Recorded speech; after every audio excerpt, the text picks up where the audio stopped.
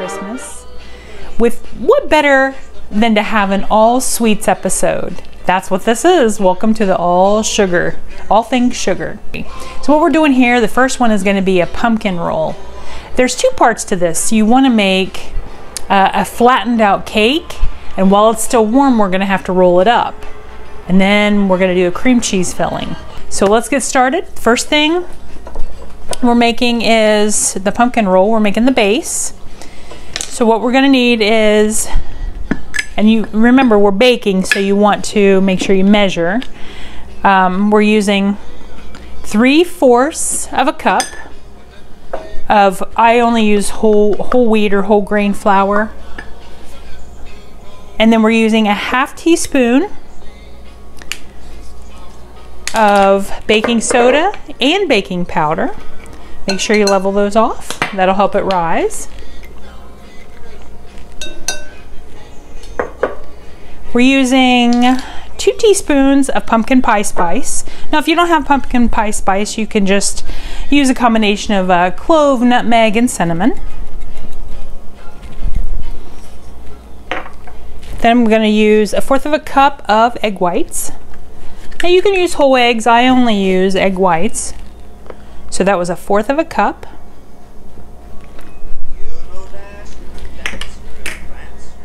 One teaspoon of vanilla extract. Now this does have 1 cup of sugar. I try to lighten this up, but you know, it's kind of hard to get around sugar. Now if you have the Lakanto that's sweetened with monk fruit, this is where you could go ahead and use equal parts, the same amount of regular sugar. And we're going to put 1 cup of pumpkin. It is a pumpkin roll. So we want 1 cup of just pure pumpkin. And then we're going to mix this up. Now you could just use a smaller pan. I just have these mega, you can tell I like to make cookies. These are really oversized, but what you're going to want to do is either spray it with a nonstick spray, or in my case, I'm just going to put the wax paper. And you want to make this about 1 inch thick. So I'm just going to spread this out. Make sure no part of this is too thin. Some people call these pumpkin logs. Pumpkin roll, pumpkin log.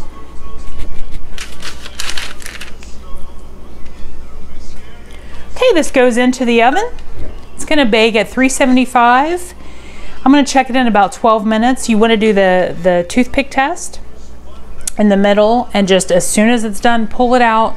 Let it cool where it's not hot to the touch, but don't let it get completely cool, because then that's when it breaks if we try to roll it. So I'll see you back after it's still warm. So the pumpkin cake, the base, it's still warm to the touch. Now you could actually make this slightly thinner. I'm hoping this is going to work out.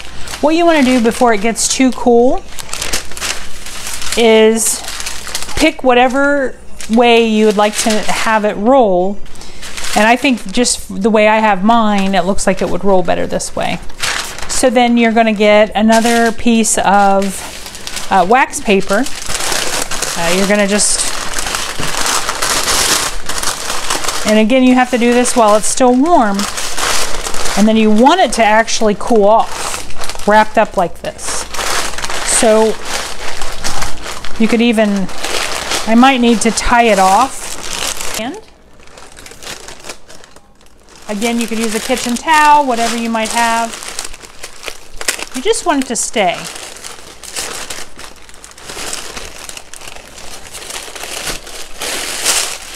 I am using a third less fat cream cheese, 1 block or brick, 8 ounces. Now you want to soften this room temperature, it's easier to work with. The recipe calls for a cup. I'm trying to lighten it up a little. So I'm just going to use 1/2 of a cup of powdered sugar. And about 1/2 of a tablespoon of vanilla. And I forgot to mention, in the cake part of it, you want to put just a pinch of salt, and in this cream cheese filling, I'm going to put just a pinch of salt. And then you just want to incorporate the powdered sugar. And then once this is cooled, we're gonna spread it, roll it back up, and I'll show you how it looks. I'm gonna go ahead and unroll it.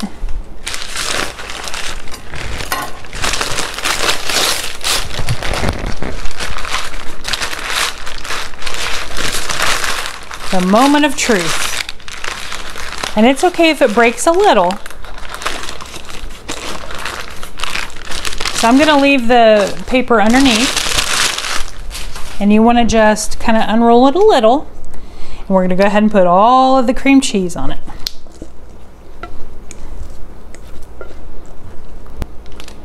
And by wrapping that up, it makes the cake want to be rolled up. So hopefully it won't break too bad. Even if it breaks a little, when you slice it, it still should look pretty good. So you want to just try to get it as even as you can, and then we're going to roll this back up. I'm going to have this, the wax paper help me do the trick. Looks like it didn't break too bad. Okay. So, and before you put it on a platter, you want to just make the ends look nice. So I'm just gonna try to, there we go. And you can see it's gonna be a nice pumpkin roll. I'm gonna do the same thing with the other end. Okay, here is your pumpkin roll. Now, I'm not done. I'm gonna put, sprinkle, you could put whipped cream on it. I'm gonna go ahead and put some powdered sugar. Very Christmassy. You could always double up the cream cheese mixture. Again, I'm just trying to do this as light as possible where you can still have a piece of pumpkin roll and not feel guilty.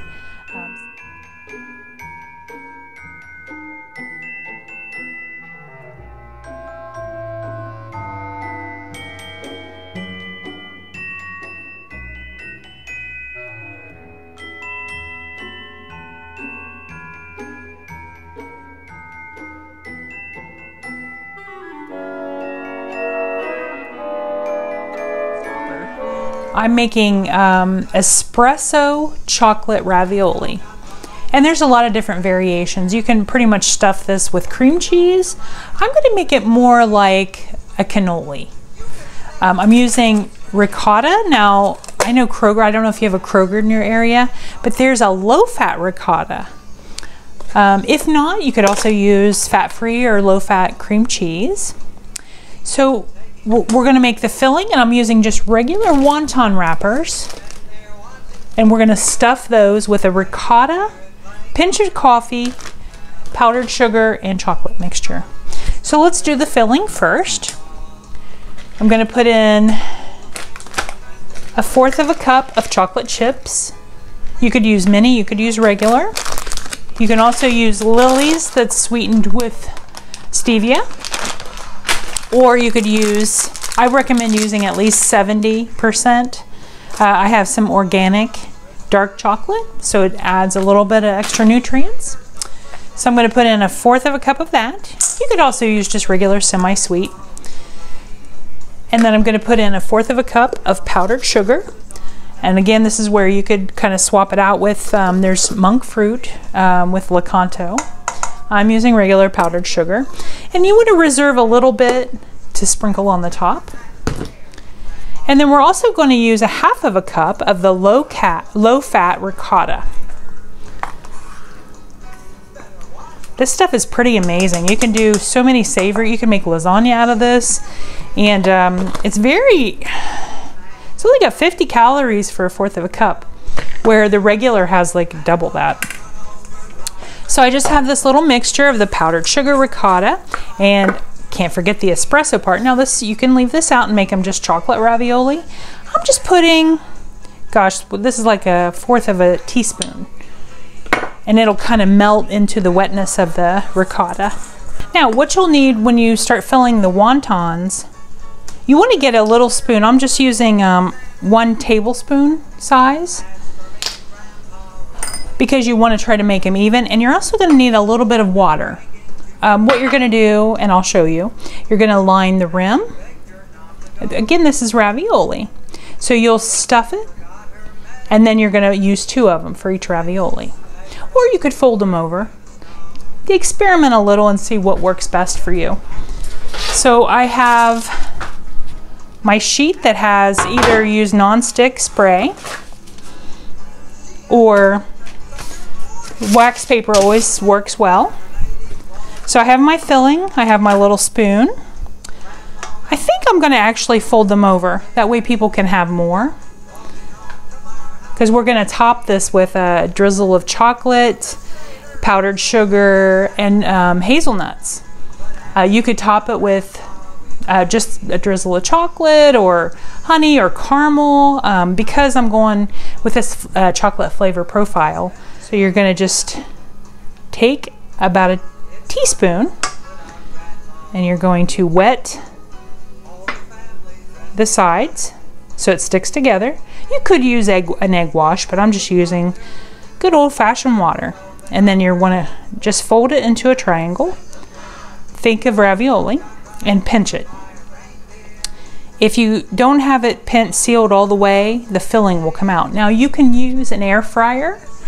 Just check with how you would normally do ravioli in your air fryer. This would be beautiful for an air fryer. I have one. I already have the oven on for the rest of the sweets. You're going to cook this for about 12 minutes at 375. And we have some espresso chocolate ravioli. So what I'm topping this with is just a little bit chocolate chips. And then I have some Hershey. You can use, this is the sugar-free, but you can use, there's a light one also that's not bad. So then I'm just going to do a little drizzle. And I'm also going to put a dollop of powdered sugar. And then just a little handful, maybe a half of a tablespoon of hazelnuts.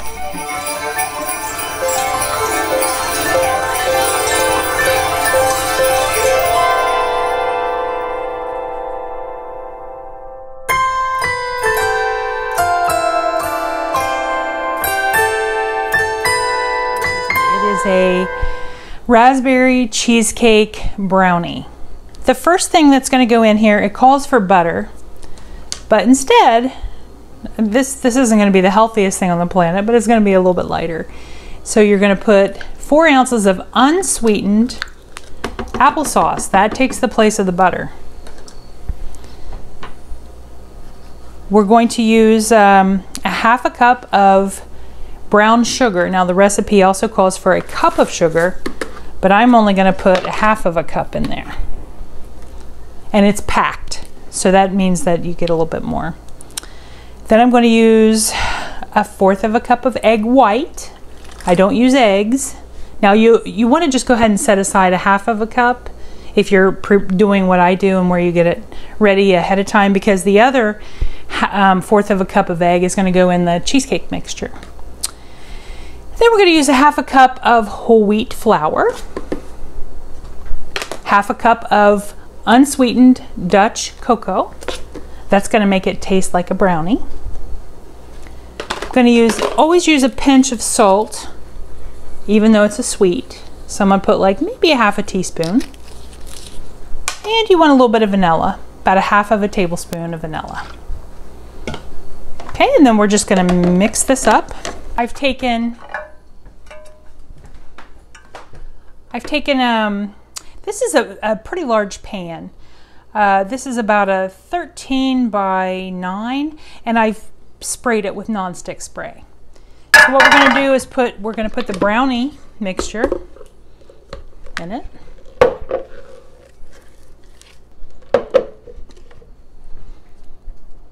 Okay, so then what you're going to do is just spread it out. Try to get it even. You could use probably a smaller pan and try to resist not eating it, because I actually would like to take a few spoonfuls of it this the way it is. In the oven, 350 for about 25 minutes. The brownie part of it, the base, is cooking. I'm going to check it in about 20 minutes, probably going to take about 25, but in the meantime, we are going to make the filling. And what you'll want to use is either fat-free one brick, 8 ounces of cream cheese, or a third fat, reduced fat, a third less fat. That's what I'm going to use today, but you could use either if you want to really save. And you want this at room temperature, so I've had this out for a while. It just comes off easier and mixes better. I'm gonna go ahead and put that in. Also gonna put about 1/2 tablespoon of vanilla. The rest of those eggs in 1/4 cup, egg whites. You could use regular egg. If you do that, I would use 4, 2 for this and 2 for the brownie. And then this is gonna have 1/2 cup of sour cream. Kind of give it some creaminess. Now I'm using light, reduced fat, cream cheese. And again, I'm putting all of this in a food processor. You can mix it by hand, but seems to be a little bit easier. The last ingredient I'm putting in is 1/2 cup of regular granulated sugar. You could use classic monk fruit sweetened. It would be equal part, it would be the same amount for that. So that's 1/2 cup. And that looks like very creamy, because remember, this is gonna bake also.